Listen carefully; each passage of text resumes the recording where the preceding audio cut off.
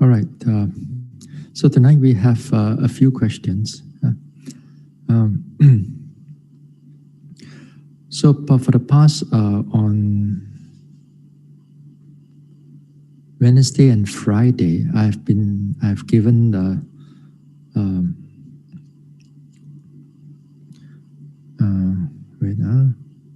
I've given some talks on the nature of conceit and also on self. So that one I haven't finished yet, and I will continue that on Wednesday next week, same time. So tonight we have a Q&A. Have Q&A. So we will start off with a Q&A. Okay, Hun Ling.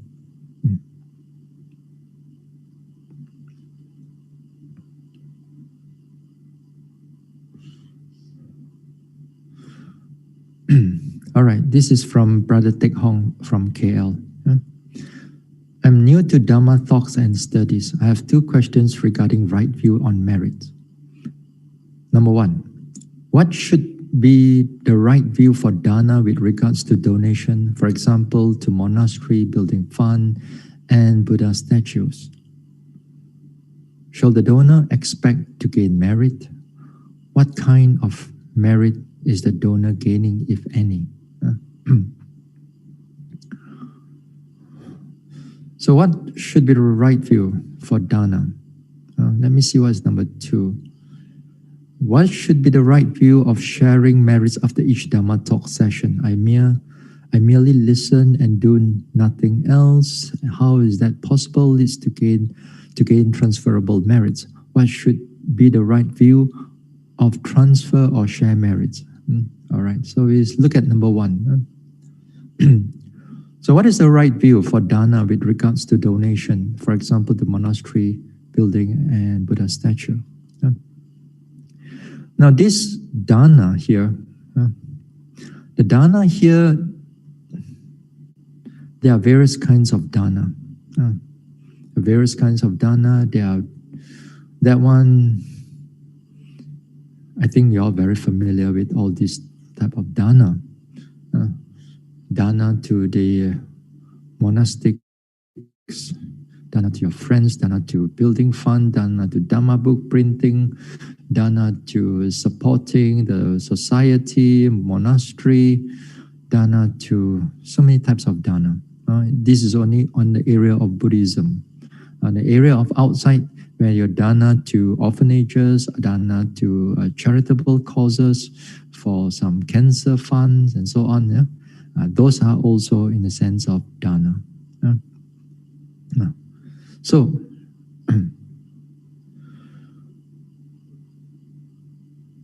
what should be the right view of this dana then? Should the donor expect to gain merit? What kind of merit is donor gaining? All right. Now, what shall the donor expect to gain merit?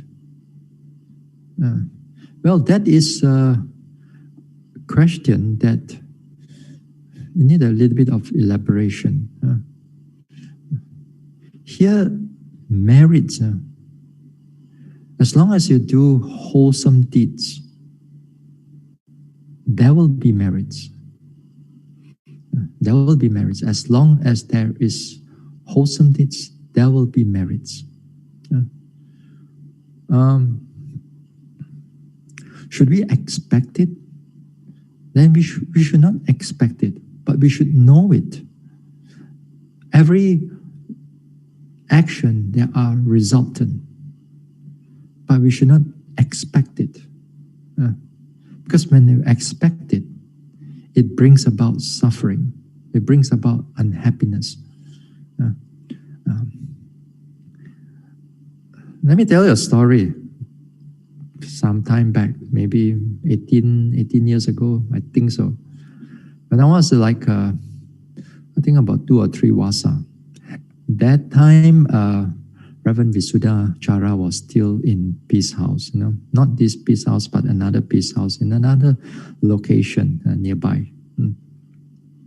One day, one of the devotees came to see him. He said that, Reverend, I offer so much dana. I give food, I give this, and I give that. Why is that? I'm still not rich. Why is that I'm still not rich? Right now, I'm the most very difficult time. When he came to see Reverend Dan, and he's sad, he's almost broke, and he expects that all this dana that he has done, he wants it to be ripened in this life. Then only this dana, or doing all this dana. When he do this dana, he also expect that he can buy numbers. He buy numbers or he buy some lottery, expecting to strike rich. Expecting to strike rich. And then after done for a while, he couldn't able to get it. Then get a bit depressed, totally almost broke, and very difficult. And then come to see Reverend, ex-Reverend Visuddhacharya. So, well, that one Reverend Visuddha kind enough to ease his uneasiness, his expectation, and so on. So, we should understand about all this dana and all these gains. They will have resultant. They have good resultant. But when it will ripen, then we really do not know. It is not my scope. It is not your scope. This area belongs to the Buddha. It belongs to the Buddha. So this only all belongs to the Buddha. So that part here, I cannot answer you when it's going to ripen. It may be in this life. It may be in next life. It may be in future lives. In future lives, in the sense that not next life, but after that. And it can be, while you're still in samsara, the resultant can still able to manifest itself, the result, to give you the happiness. So,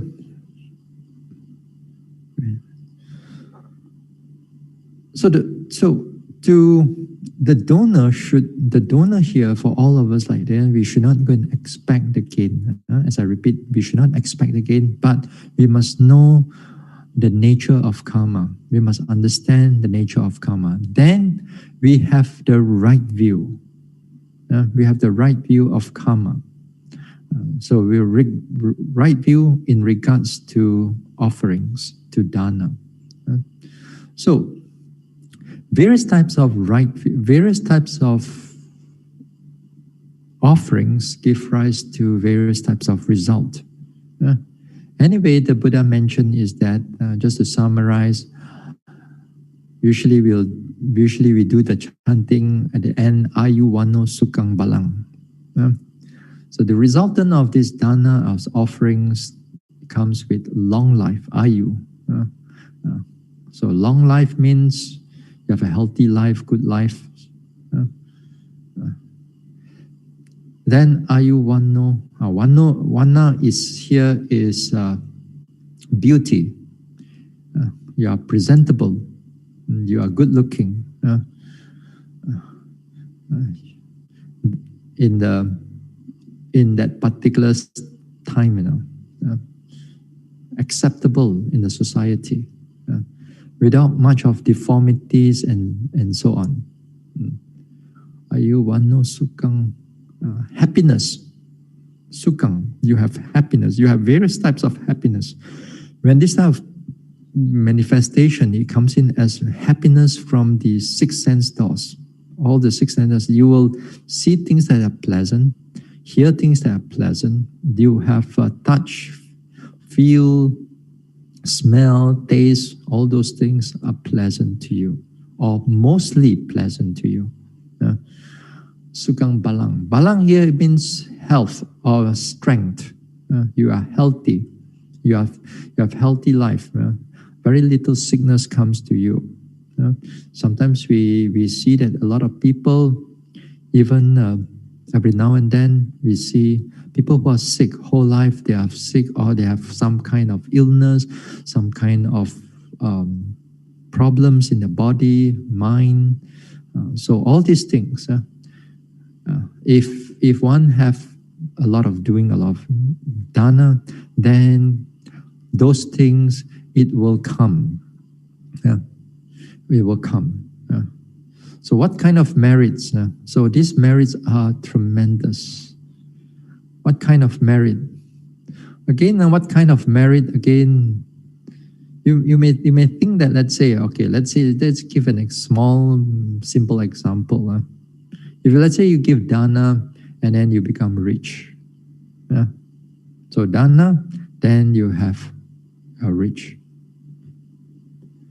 So let's put this example. Again, in the Buddha mentioned that the dana here, again, it depends on who you give to.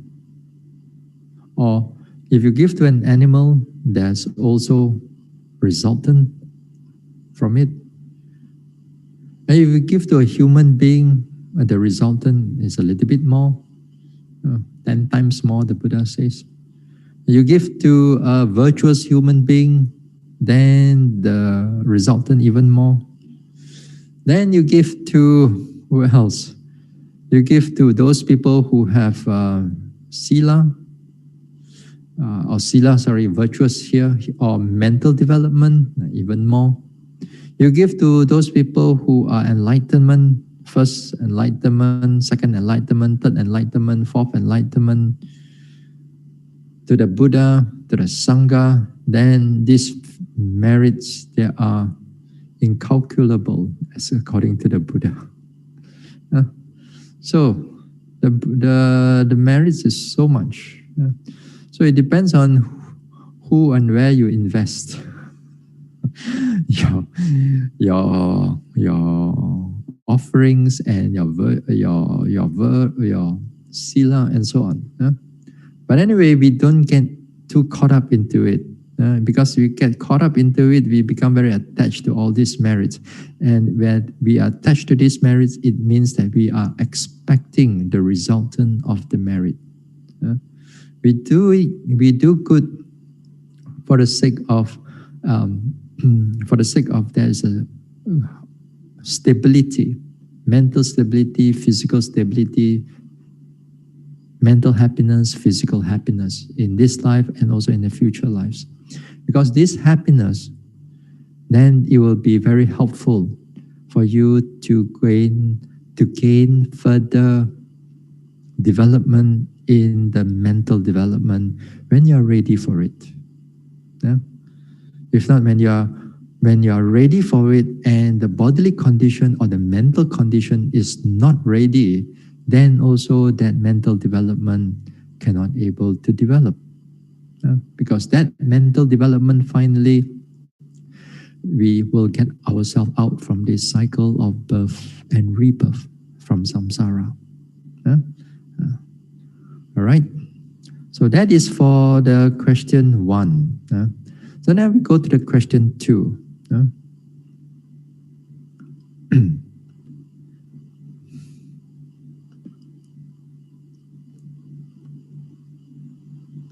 Now the question 2, is it coming? Is it out? Not yet, no? Okay. Question 2. What should be the right view of sharing merits after each Dhamma talk? I merely listen, do nothing else. How is it possible to one leads to gain transfer of merits? What should be the right view of transfer or share merits here? What should be the right view of sharing merits after each Dhamma talk? Now, the purpose of this, all the Dhamma talks that we have, that we want to clear doubts. One of the purpose of Dhamma talk is to clear our doubts. In fact, there are 5 in the Anguttara Nikaya. Just now I was thinking about it, but I forgot to check on it. To clear our doubts. Whatever doubt that we have, sometimes we listen to the Dhamma talk, we can clear it, then our mind becomes stabilized, the confidence comes in. Or we have not heard before. We hear what we have not heard before. That means those things that you have not heard before, you hear it. Yeah. So these type of things that when you listen to the Dhamma talk, then here we are. Also, the next thing is to straighten our view. Straighten our view, because sometimes for some people, their view is very distorted. They're very distorted in the sense that, just like yesterday's talk, people believe in all kinds of things or phenomena that is permanent. Permanent here means unchanging, everlasting. It can be everlasting happiness. It can be a place. It can be a heaven. It can be an everlasting heaven, and so on. So to them, those things they hear it, they attach to it. But if their mind is open enough, then they can able to accept the proper view. Then, if their mind is open, then they will hear what has not been heard before, and also the view is straightened up, straightened. So, when these things happening in the mind, the mental karma is so much more powerful than actually doing dana.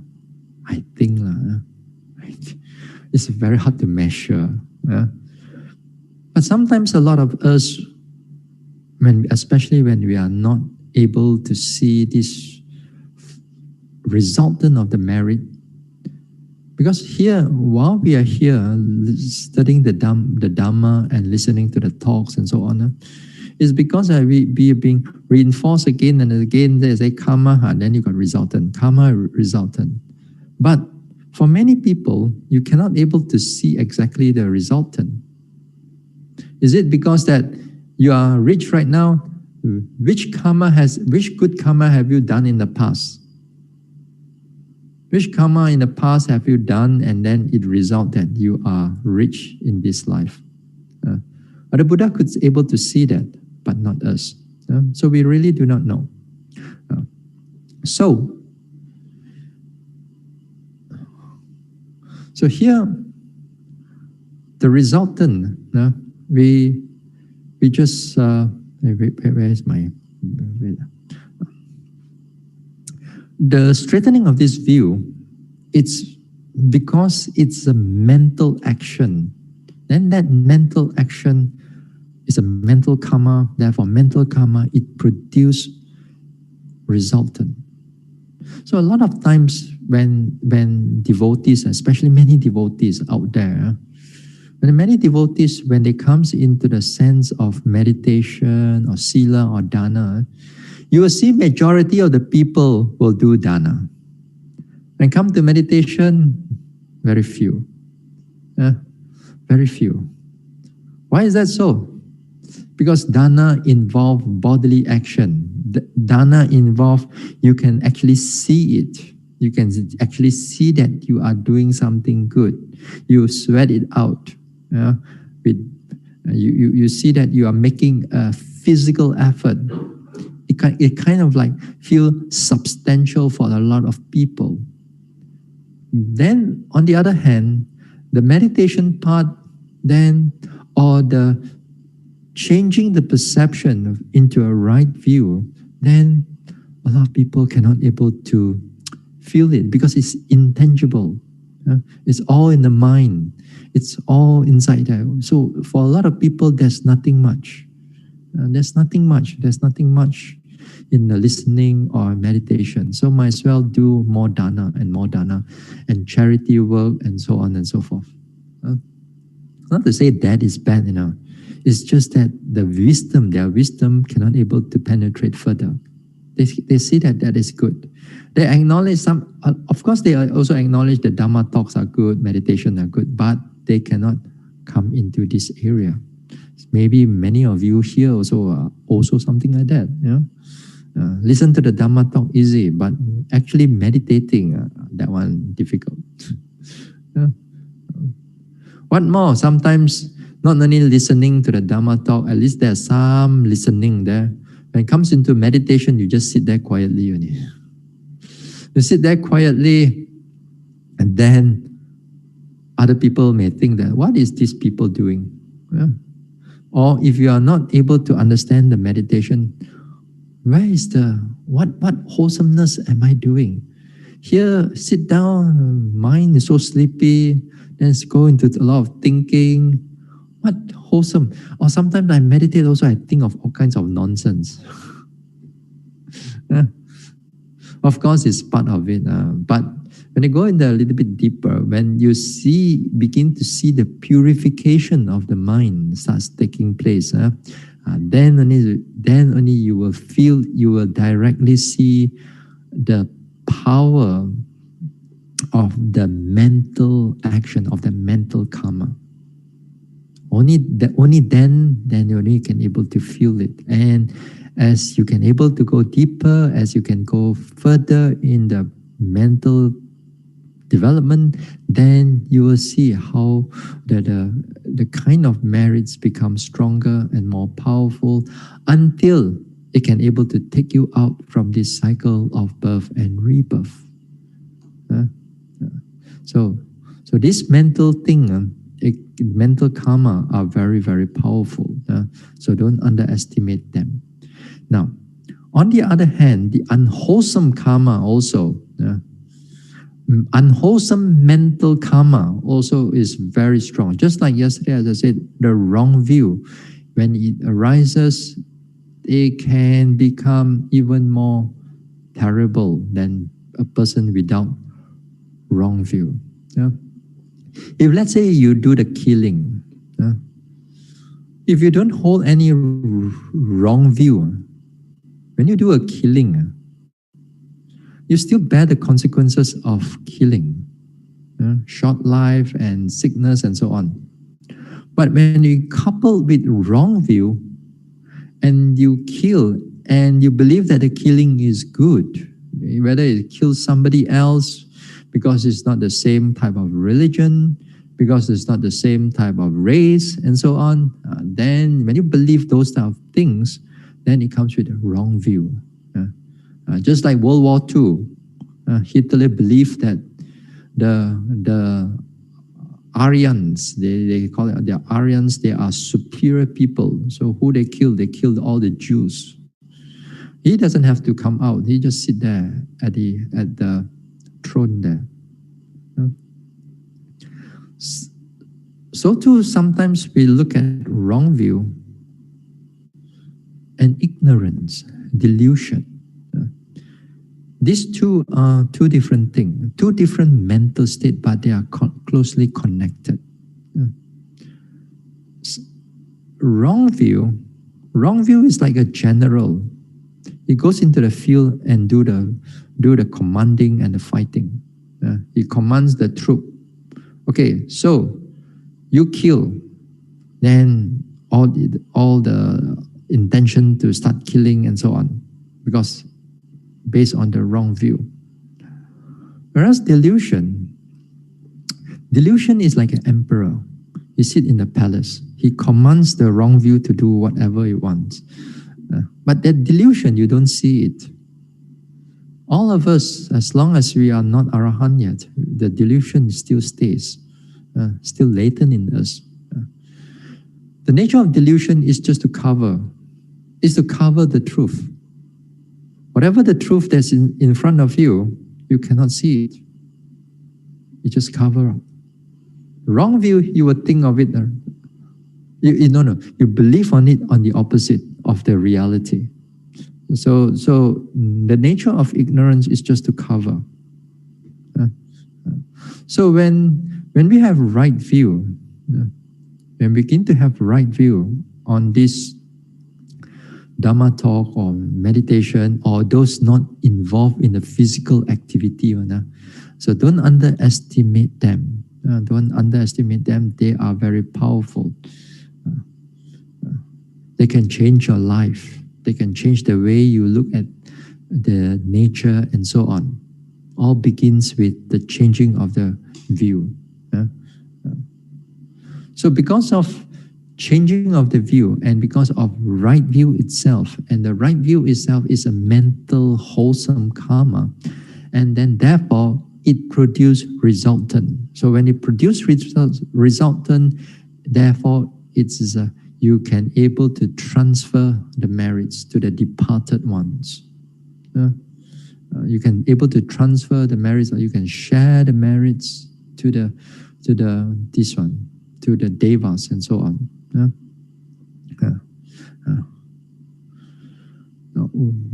Then the question: what should be the right view of transferring of merits? Of course, when we transfer merits, what are the right view? Again, here it be based on the teachings of the Buddha, because most of us, we cannot see all these things.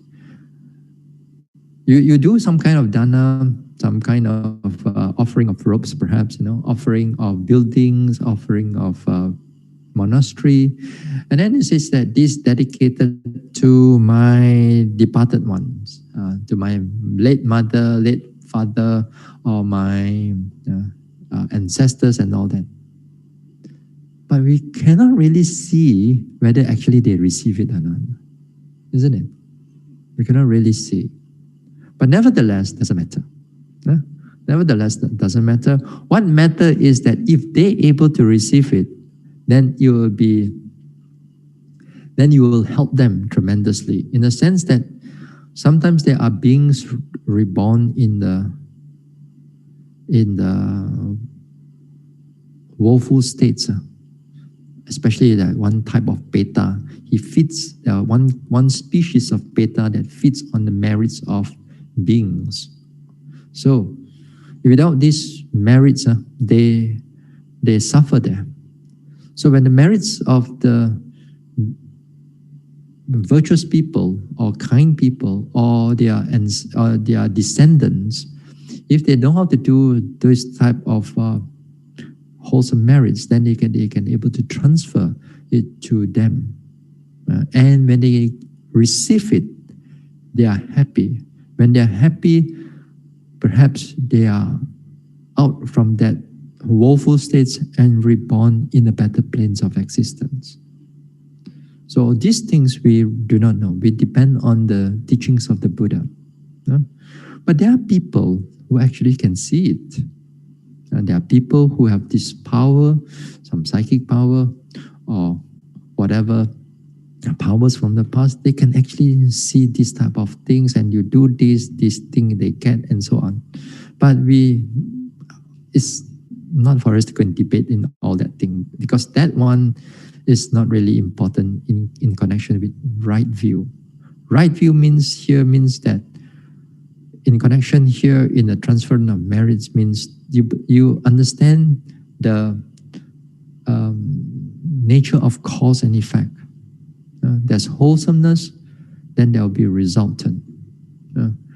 Transfer of merits also is a wholesome action, then also there will be resultant for yourself. So something like that on this transferring of merits and so on. All right. So we go to the next question.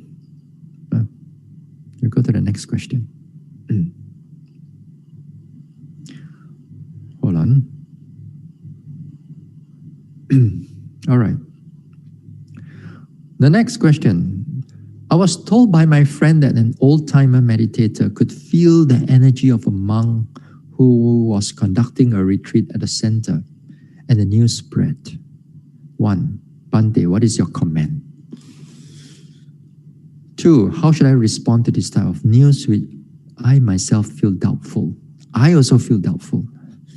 Number 3. What about the metta energy? Can the recipient feel the metta when someone is very good in radiating metta? Yeah, something like that. Huh? Anyway, all right. What is my comment? First of all, I cannot really comment on these type of things. First of all, I do not know who are the monks. Who are the monks there? All right. Secondly, I do not know who is the so-called old-timer meditator. So I cannot really able to comment. Yeah? But I can give you not your case here, but I can give you these things happening in the world of Buddhism, in the world of Theravada Buddhism. And I've seen this many, many times. Yeah? You see, sometimes, or number of times I've met, in certain places, especially I've been to, and especially mostly like in Thailand, I've been to, they are very fond of this type of power, this type of talisman, some kind of rites and a bit of rituals, some kind of like sometimes mystical, esoteric, something like that. They're fond in these type of things. So here these type of things, it's at times it's spread. It may be a lot of times it's untruth actually, but a lot of times what I know is that it's all being hyped up by the devotees. The monk didn't say anything, the monk just sit there only. But some of the devotees, they are over faith. When they are over faith, the monk moves slowly only. You see that the monk, walk so slow, arahant already. Or you see another monk, an old monk, he eats slowly. Oh, you see, he eats so slowly, so mindfully. But because he's old, you see a lot of people, old people at their home also eat quite slowly. But you don't say that the person is arahant.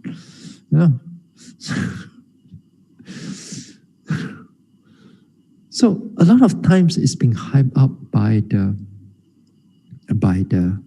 devotees, and it's also sometimes by the junior monks too.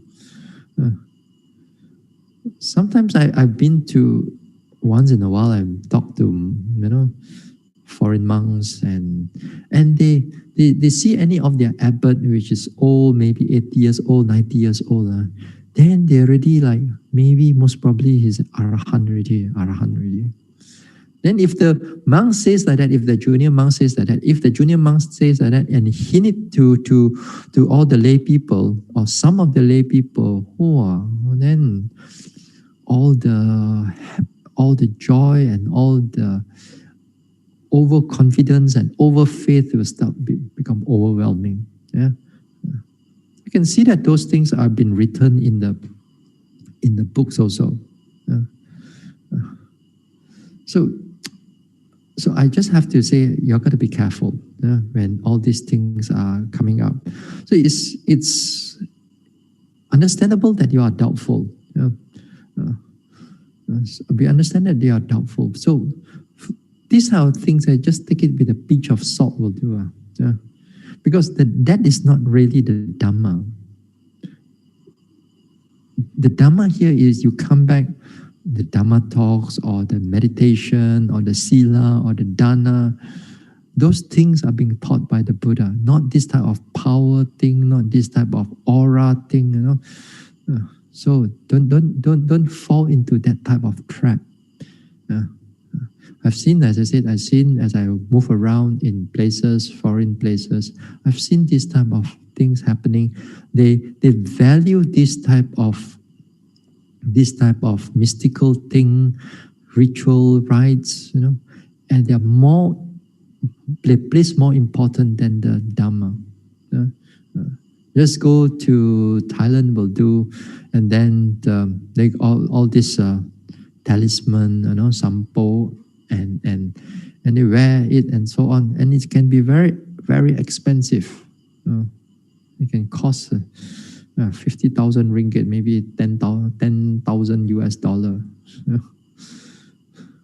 You can. At one time, I was staying in a Bangkok town. When you come out from the town, the whole row is selling all this talisman and all this anything, beads and everything. And they have this, and all this talisman, they have monk's head and some kind of power and so on. Long Paul this, Ajahn this, and so on. A lot. You can, it's like a shopping mall, open air shopping mall, but only selling talisman and all kinds of this one. And many people there, many years back. So these things, they price it more valuable than the actual Dhamma. So when you have those things, you all got to be very careful. Don't fall into those traps, because these are not really the Dhamma, what the Buddha taught. So when these things are happening, when you out there, when you meet with these people, these things are happening. So you just take it with, just take it, just hear it enough. Then you remind yourself, is this the Dhamma or is it not the Dhamma? If it's not the Dhamma, put it aside. Just as much as they want to say, they say it out. Sometimes these things happen during, sometimes you come into a temple, and after dana, usually devotees gather together, eat together, and so on. And some people are within that group, they are like that. They tell you all kinds of power, all kinds of aura.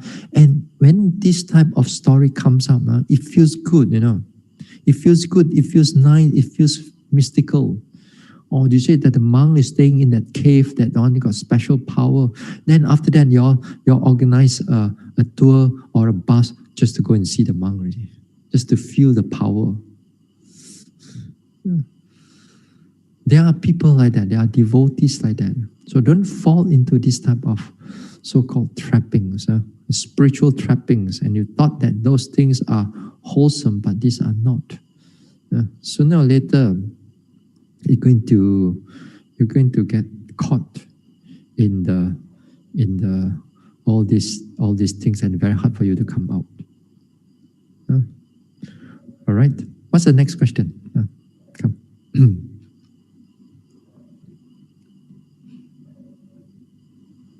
Huning.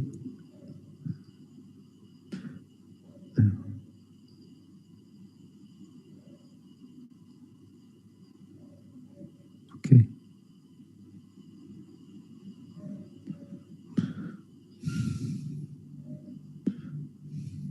So the third one, the second one, as I said, you are self-doubtful. Don't take it in. Just number 3. What about the metta energy? Can the recipient feel metta when someone is very good in metta, radiate it? This is also very hard for me to say, because even the person is radiating metta, perhaps it's not radiating to you, so you may not be able to feel it. So again, these things, even these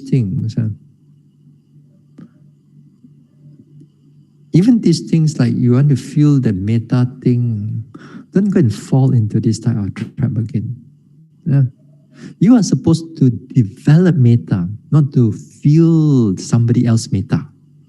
You're supposed to be developing metta. And whether the person have that energy and power and so on, I do not know, but I believe that there are people who have it. Just like the Buddha, when he stopped the elephant Nalagiri by the power of metta. So, yes, there are beings that could able to have that, but I've not seen those type of beings.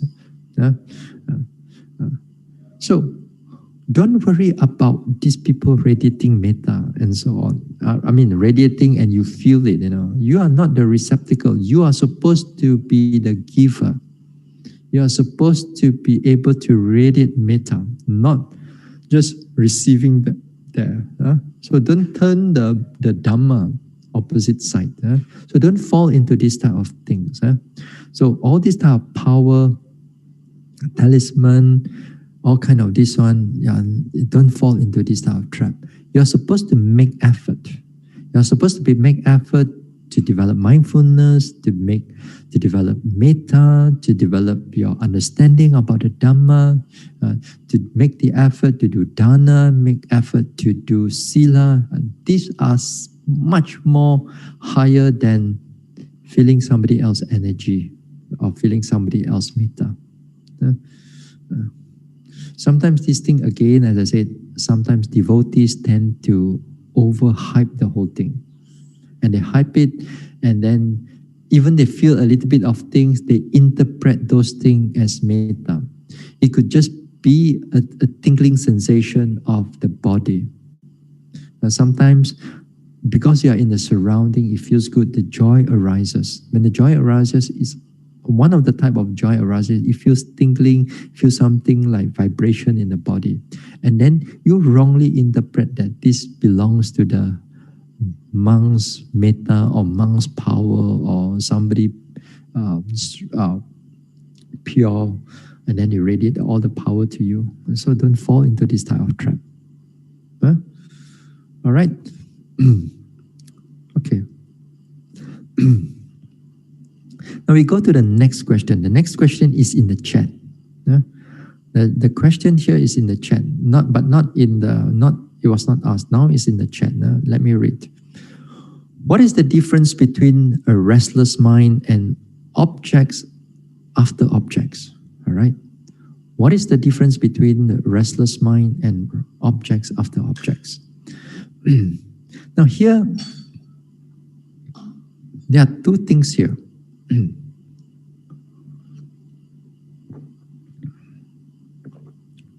Firstly, the restless mind, you are not mindful already.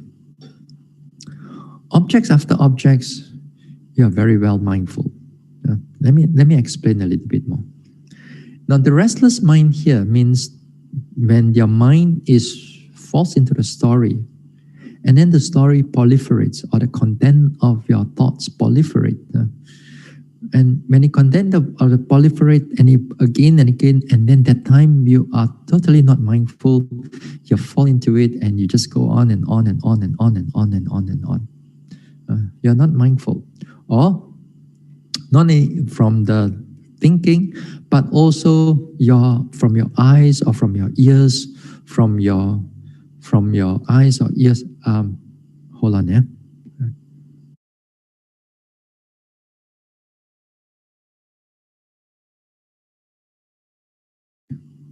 Okay, hold on. There you see. Hold on. Everybody hold on. Hold on.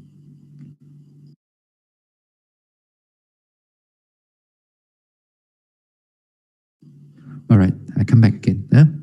So the restless mind here, it means that your mind can run into the thoughts, into the thinking, and it runs from one thought to another thought. And the thought's very difficult for it to stop.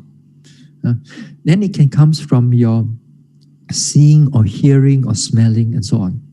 Seeing, hearing, smelling here, it means that your eyes are not, you are not controlled by the mindfulness. You just look here and there, and then with the looking is formation of the thoughts arising, conceiving, proliferating of the thoughts also arising. When you hear the sound and then you begin to interpret, oh, this is the song, this feels nostalgic, this is so on.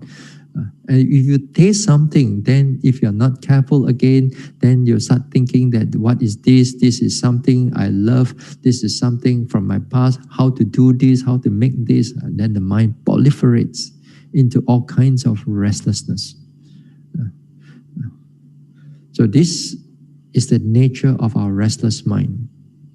But we don't really see it until when we come into a meditation part of it. Then when we are beset by the restless mind, then the restless mind is totally glued onto you, you see that your meditation is koyak.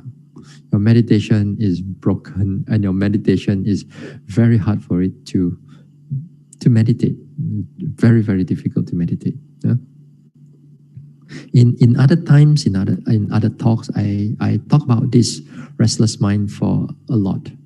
Every retreat, I talk about it because a lot of people, a lot of yogis they fall into this restless mind a lot. So this is the restless mind when the mind has no mindfulness, totally just proliferating, papancha. Now here the difference here, the next one is that it says as object after object.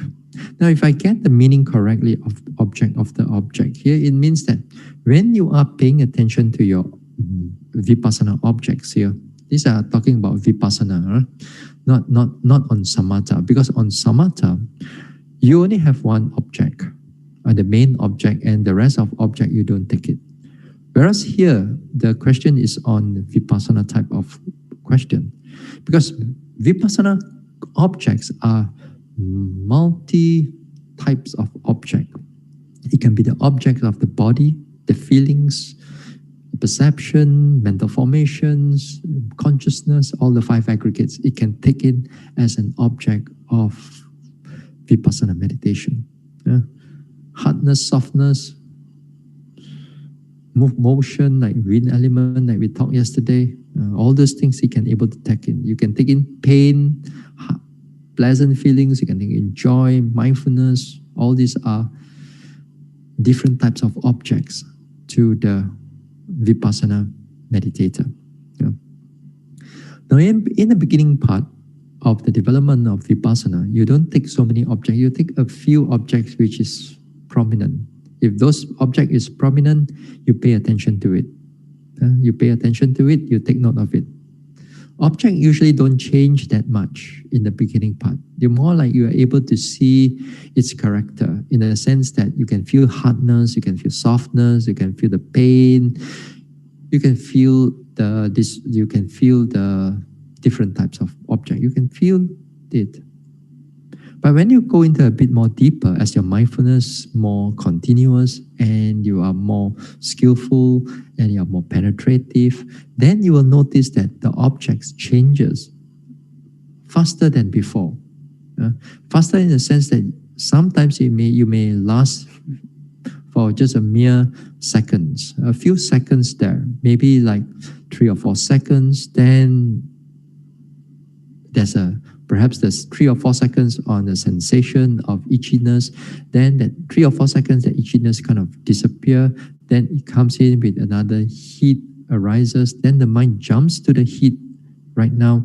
Anyway, after that, the heat lasts there for a few seconds. Again, it goes back to rising and falling. Notice the rising and falling after another sensation of tightness arises in the leg, then the mind jumps to the tightness. So these are not restless mind, because this time the mind is truly, clearly mindful. Is aware of what is going on at this moment of time. So if fully immersed into it in the sense that he knows what is happening at that moment of time, although the object may be changing from one object to another object. You may think that, some of you may think that, if you don't stay with one object, then that's then how am I going to penetrate the object? How am I going to be able to penetrate into the object? How are we going to see the anicca, dukkha, anatta of the object? Anicca, dukkha, anatta, impermanence, dukkha, or not, and non-self, unsatisfactoriness and non-self. does not mean that you must stay in object, and the more you dig into the object, then you see the anicca, dukkha, anatta. It's not like that. Anicca, dukkha, anatta, it comes in various ways that you cannot have a perception of it yet until you see it for yourself. Until you see it for yourself. Don't think that now, anicca, dukkha, anatta. A lot of times yogi think that now, you take one object, you look into it deeper and deeper, then might as well you look more deeper into it, inside there, than nibbana there, might as well, you know. It's not like that. It's not like that. It's not that anicca is all inside there and so on. I mean, we figuratively, we say inside lah, but when you pay attention, it's not like you go and tear up, like you open up your apple and then inside there you see the seed, you know. It's not like that. So it comes in different various ways. All right? It comes in various ways. So here, if so happen that when you pay attention and somehow or another the mind jumps from one object to another object, don't become doubtful of it. It's just that the nature of that object is changing. So your mind, your noting mind has to compensate in the sense that you have to follow it. Not just think what you think is right. You have to learn to follow what is the object is doing. Then only you see things as they really are. Not seeing things what you want to see, what you think is supposed to be right. So this is what it means by restless mind and object after object. Okay? All right. We have one more question. Let me read. A wrong view is a direct belief in falsehood. This is in the chat again. This is in the chat. Number 2, delusion is acting on wrong view to create unwholesome effects. 3, ignorance is having no knowledge at all. Bhante, is my understanding above correct? Well, something like this, yes. Not to say that you are wrong. It's correct in a certain sense, but it has a deeper meaning. At least the principle is correct. At least the principle is correct. So wrong view here is that you believe. Now, here the wrong view is not just mere thinking, not just you think whether it is or it is not. This one is you believe already. Belief means it's like a super glue has dried already, you know. And you put a super glue and you stick it to something and then that super glue dried already. Thinking one is the super glue hasn't dried yet. You want to pull it out, still can. But it's going to, if you are not careful, the thing is going to get stuck into it for a longer period of so wrong view here means you believe already. Belief, that means it's hardened already. The belief is the attachment is hardened. All right. Delusion is something that is cover up every form of wholesomeness or truth. It's just cover up. That's why it's so difficult to undo, to remove this latent defilement of delusion until all the way to arahantship. All the way to arahantship. So it just cover you. It could cover you from seeing the path and fruition, for example. You have not seen the path and fruition, that means the ignorance is still there. You can know all the Four Noble Truths, you can talk about it, you can discuss about it, but you haven't seen it directly. Then the delusion still have the upper hand. Although less lah, but still have a hand there. Compared to those people who do not know the Dhamma, do not know the practice, do not know Sila, that is even more worse. Ignorance here doesn't mean, here the knowledge doesn't mean there is no knowledge at all. Here the knowledge means that even you have a worldly knowledge, you have tons of worldly knowledge, but if you have zero knowledge about the Dhamma, then it's also a form of ignorance. Then if you have, you are, even you, let's say right now, if you are a Tipitaka Dara, That means you can able to remember all the Tipitaka from first sutta until all the chapters and everything. Let's say lah. But you haven't seen Nibbana yet, let's say.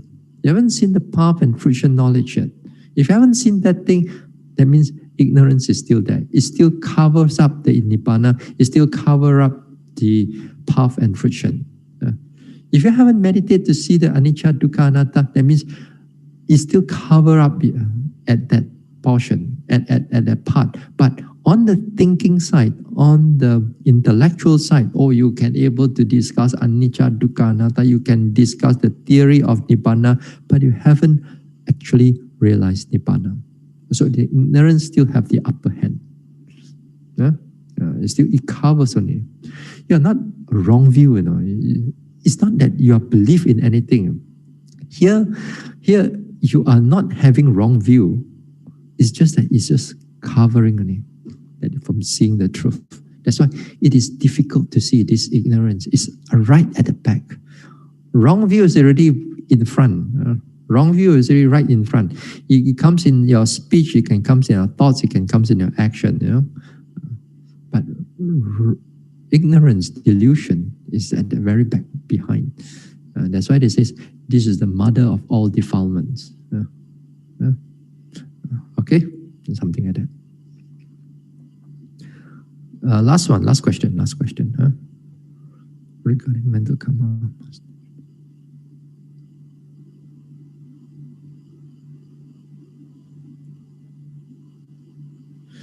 Regarding mental karma, must tangible or bodily action arising from unwholesome mind be taken for bad karma to produce? Okay. No unwholesome action actually taken, no bad karma, right?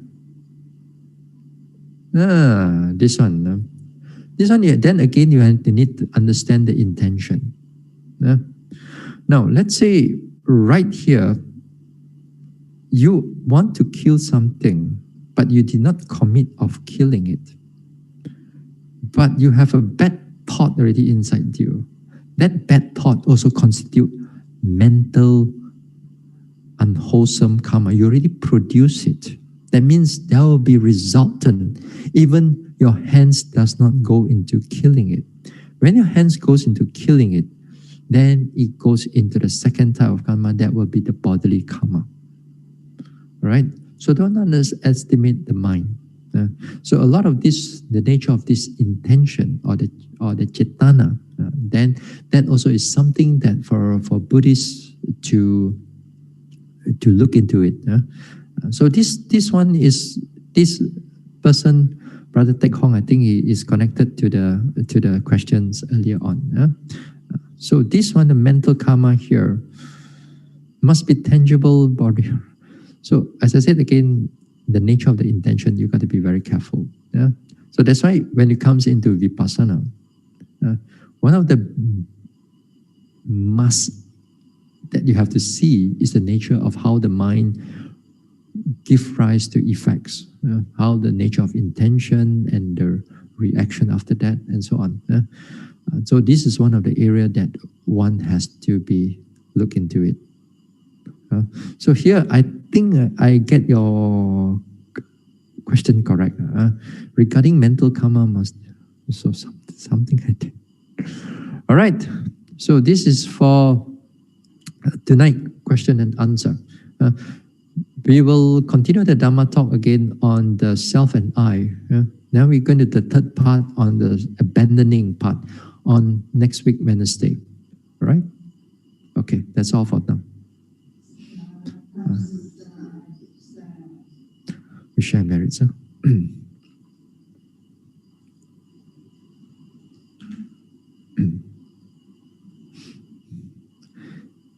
Idang me bawanang Nibbanasa Pachayo Hotu. May my mental cultivation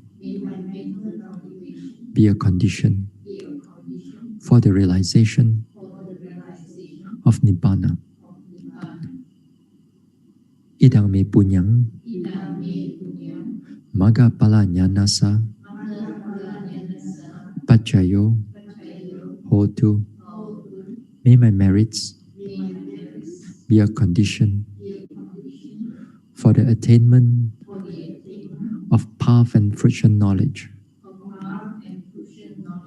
Imang no Punya Bhagang Sapa Satanang Dema.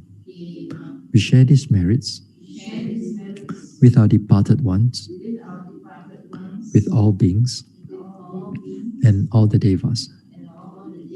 Sabbe Satta Sukhi Hontu Anumodantu. May all beings be happy. May they rejoice in these merits. Sadhu, sadhu, sadhu.